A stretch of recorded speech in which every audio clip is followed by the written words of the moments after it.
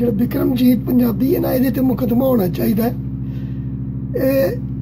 मेरा इनबॉक्स भर देना मैसेजा नाल वीडियो दे मंग कर करके।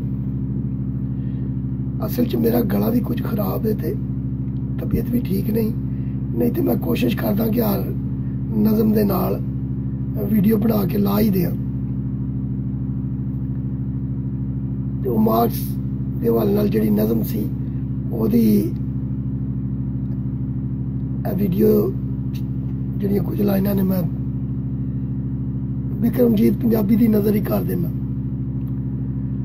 मार्क्स तो सदियां पहले वादू वादू वादू, मेरा बुल्ला मेरा मादू, वादू वादू वादू, नानक मेरा वड्डा साधू, वादू वादू वादू, बाले लिखिया ओदे बारे शेर बड़ा ही लाजवाब, कीता नहीं पैगंबरी दावा, हथी पूरन सी किताब। उन्होंने ये गल मार्क्स बारे कही है, पर मैं अपने नानक बारे कह रहा।